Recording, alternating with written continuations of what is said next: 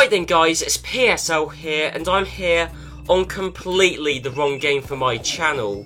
Normally I cover Formula 1 on this channel, but all of a sudden I'm here with the World Cup mode on FIFA 18. I am still a football fan, albeit to a much lesser extent than a Formula 1 fan, but I get especially excited when the Euros, or in this case, the World Cup, is going on.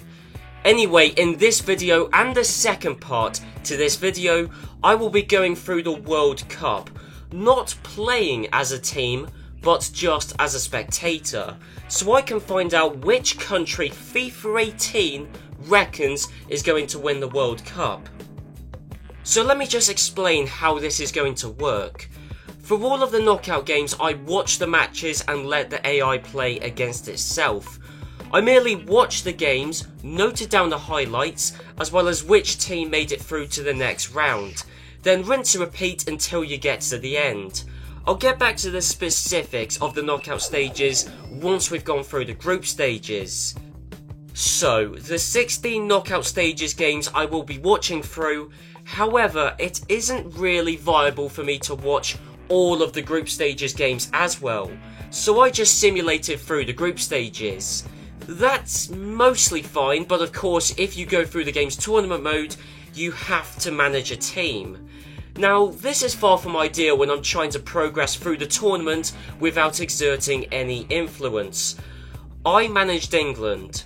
Well, managed would be the wrong term because I didn't actually do anything. I just simulated through the 3 group stages games without making any changes to the lineup, formations or tactics. Also, just to clarify, I recorded the group stages on the 31st of May, so all of the lineups you're seeing were the latest and most up-to-date ones at the time of recording. The only change I had to make was after Danny Rose got suspended after getting 2 yellow cards in the game against Tunisia. A game in which England won 1-0 thanks to an early Harry Kane goal, which partially replicates what happened in the real-life game. So before the game against Panama, I had to replace Danny Rose. Now to give you an idea of how fair I want this tournament to be, and just how little I want to influence the course of this tournament, I replaced Danny Rose with the first suggested sub that came up, which happened to be Fabian Delph. After the 3-1 win England had against Panama, I then put Danny Rose back in the team to ensure we were back to the standard England team in FIFA 18. Other than that, I didn't make any other changes to the side, which is a shame because maybe we could have beaten Belgium if I did. Anyway, we still drew 2-2 with Belgium using the FIFA 18 default England team. That is how I progressed through the groups, having as little influence as possible. So that was Group G, but what about the other 7 groups? Well, in Group A, the host topped it by virtue of the number of goals scored, which was 1 more than Uruguay, who finished in second. That's got to be annoying for Uruguay, as they beat Russia when the 2 sides played each other, but it was the dropping of points in their other fixtures that stopped Uruguay topping their group.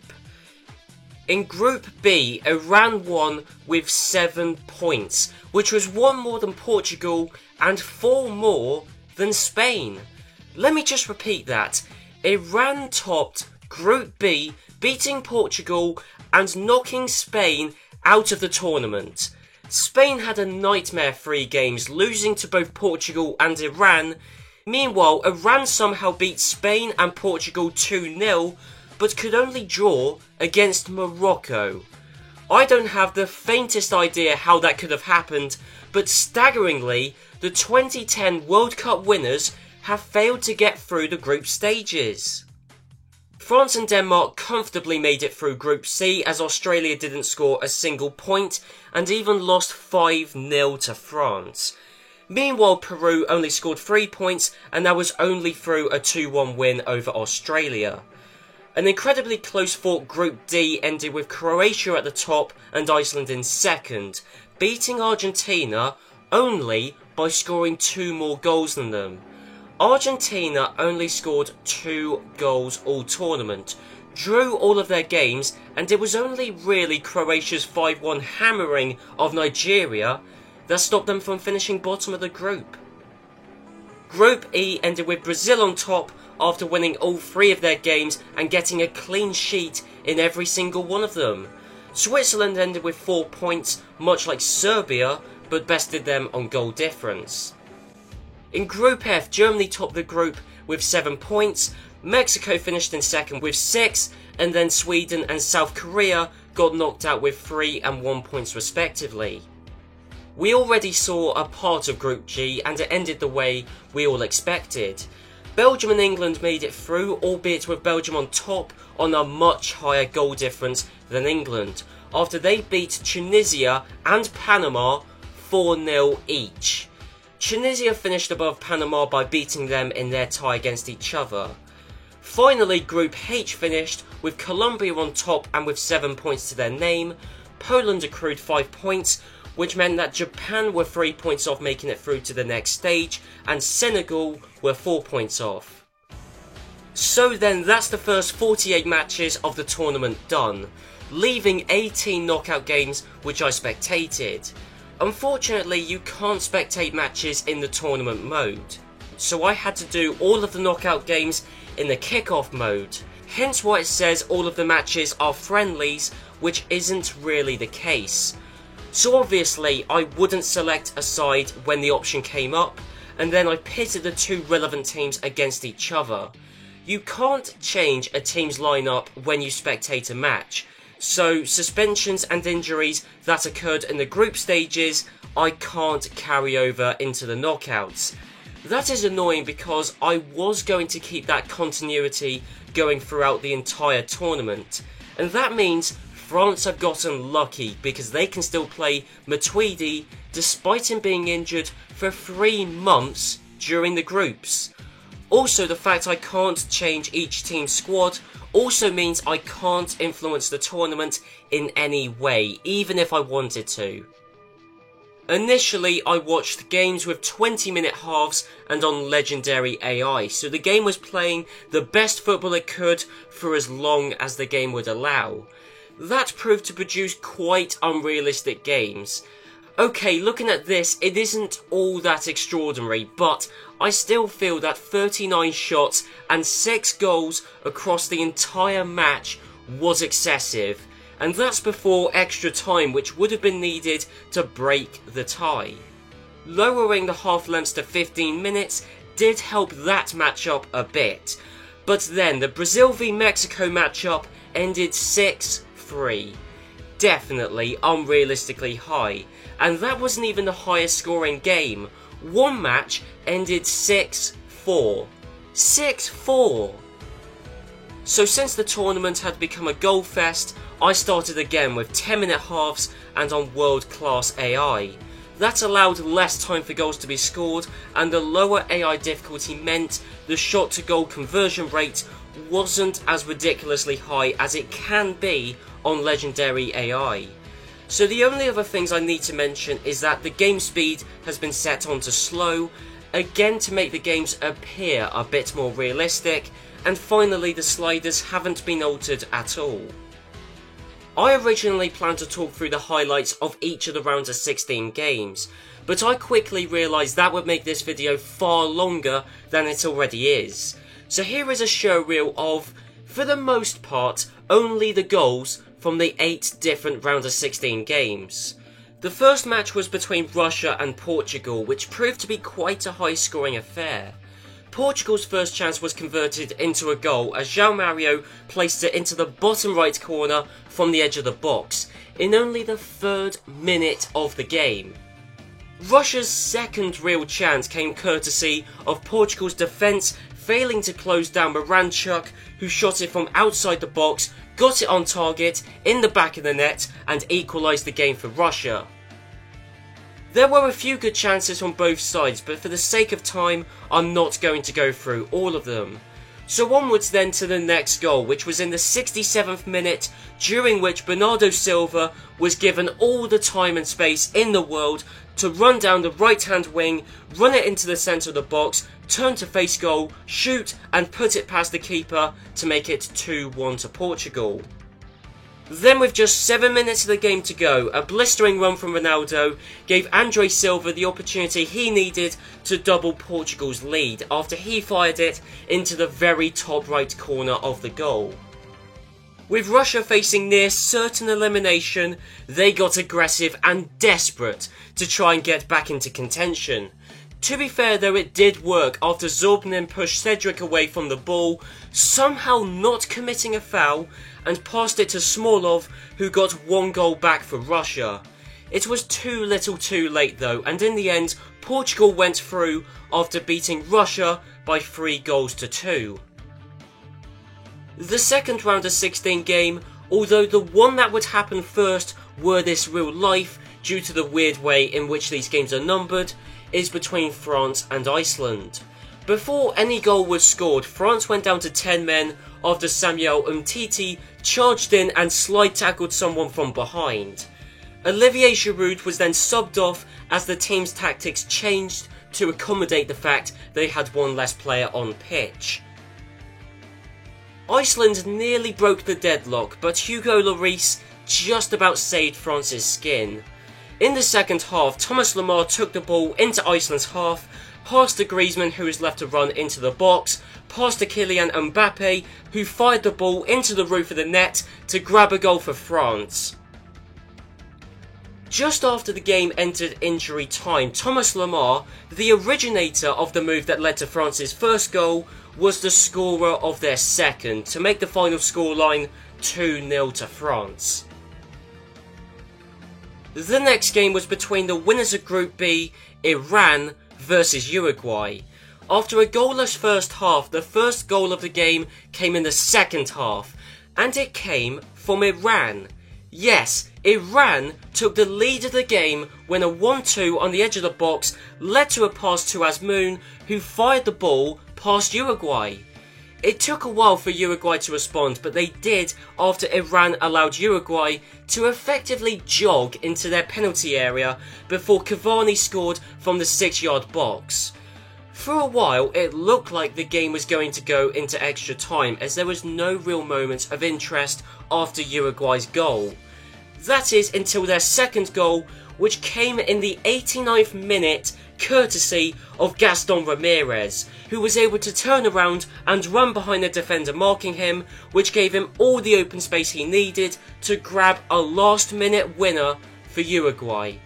To be fair, Iran came close to equalising the game, but they couldn't, and a surprisingly evenly matched tie ended Iran 1, Uruguay 2. The next matchup was between Croatia and the firm underdogs of Denmark. The first half was dull in comparison to the second half. Obviously there were still near misses, but in the interest of time, I'm skimming over the first 45 minutes. So, into the second half, and Denmark so nearly scored as the ball skimmed across the face of the Croatian goal. The only reason I'm mentioning this is because in the 62nd minute, Denmark gave away a penalty by aggressively pushing over a player to get the ball back. Luka Modric converted the penalty into a goal to give Croatia the lead. This opened the floodgates, and so, on a counter-attack, a 1-2 was played from Mandzukic to Modric, who took the ball as far forward as he could before squaring it to the centre, allowing Mandzukic to double Croatia's lead. Finally, Andre Kramaric was able to drive the ball into the path of Mario Mandzukic, who scored his second goal of the game, as well as Croatia's third. Denmark came extremely close to scoring a consolation goal, as the header of Jorgensen would have landed in Croatia's goal were Subasic not there to catch it. And so the game ended 3-0 to Croatia. It was a tentative first half, and for a while it looked like either team could snatch the win. But once Denmark gave away the penalty, they may as well have booked their flights back home. The next game was much more hotly anticipated, as it was a South American derby between Brazil and Mexico.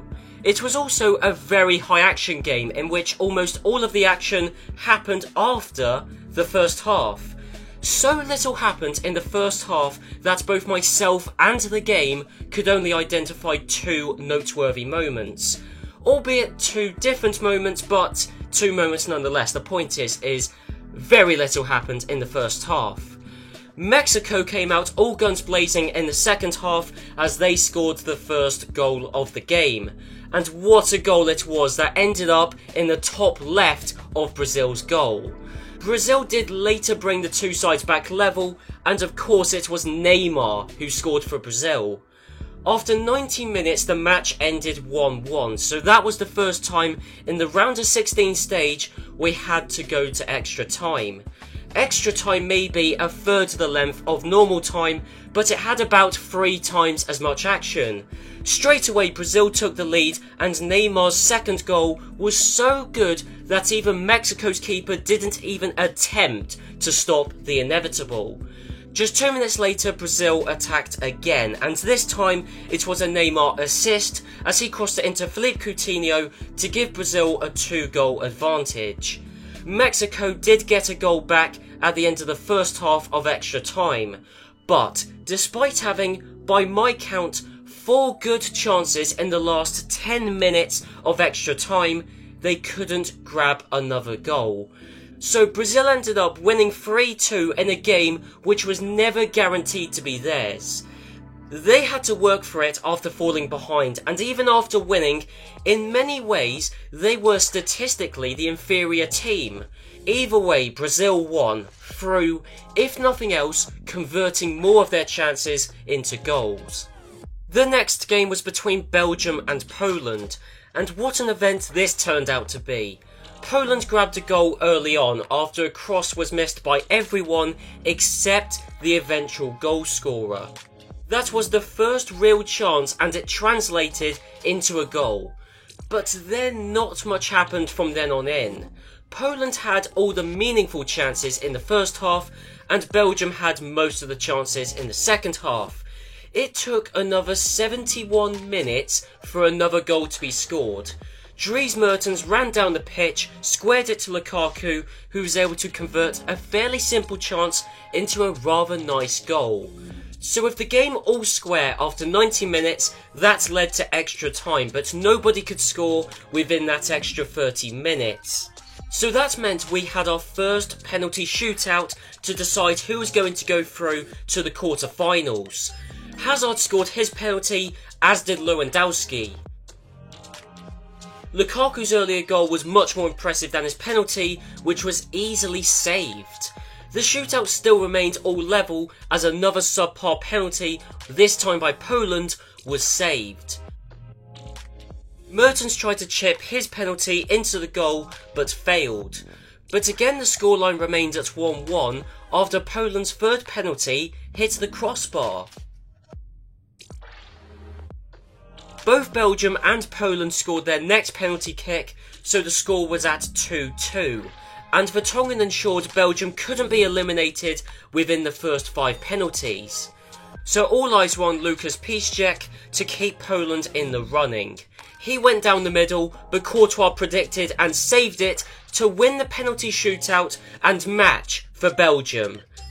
That was a closely fought game, and although I didn't really have time to show you in the video, either side could have easily scored more than once and prevented it from going all the way to penalties in the first place. Because, as we all know, penalties are a lottery, and either side had a chance to win the game before that point. But during penalties, well, it all gets thrown up in the air, and in this case, Belgium came out on top. The second to last round of 16 game is just a formality, really. It's Germany versus Switzerland, and I think we all know what is going to happen here. The first half was fairly uneventful. I counted 4 goal scoring opportunities that Germany had, but 3 of them were saved comfortably and the other was skied way over the goal. Switzerland had a single chance as well, but Zuber was closed down very shortly after his round began, so in the end his shot was also comfortably saved. Into the second half now, and after Switzerland squandered their second chance in the game, they then somehow gave away a penalty to Germany. Ozil won the penalty, Thomas Müller took it, but it was shot low down and saved by the Swiss keeper. But it wasn't the end of the world, as just 5 minutes later, Germany were given another penalty, and this time I do understand why it was given. It was the second penalty won by Mesut Ozil, the second one taken by Müller, and this time it was a goal for Germany. It went into the very bottom right corner, and while Sommer did guess correctly again, he couldn't get that far that quickly. With the game in Germany's hands, Mats Hummels gave it away as Lichtsteiner was able to easily take the ball off of him just outside the 18-yard box, pass it to Zakaria, who had a simple shot at very close range, and even Neuer couldn't stop it. Germany won, Switzerland won. Gundogan had a fantastic shot that was equally well saved.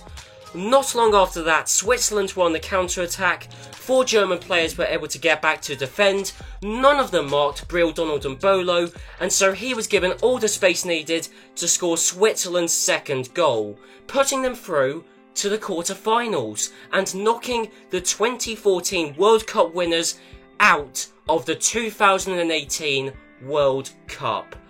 We've had some surprising results and some upsets already this tournament, but I don't think anything can quite eclipse this. Germany won 2 penalties, scored one of them, yet lost purely down to defensive errors. I don't think anyone saw this result coming. After that shock, it's on to the final round of 16 game, and that is England versus Colombia. As a result of the last match, we've already lost the opportunity for an England v Germany face-off. And Germany are a proud nation with one of, if not the best, international football teams in the world. Here though we've got England who, as much as I want them to do well, no one is expecting them to go far, but according to the game, England go into this match the favourites. But I've lost count of how many times the England squad has been good on paper but poor when it actually matters. England showed potential at the start with a wonderful through ball from Jordan Henderson, ending in a dreadful shot from Marcus Rashford. Thankfully though, it did get better, and a lot of passing around the penalty area culminated in a powerful shot from Jordan Henderson, who rocketed the ball into the corner of the goal to give England the lead heading into half-time. Cuadrado tried to replicate Henderson's goal on the eve of half-time, but failed. Nothing else happened until the final 10 minutes, when first off, Kyle Walker nearly doubled England's lead. Just 3 minutes later, Dele Alli had a crack, but that too was saved. Then, in typical England fashion, we crumbled.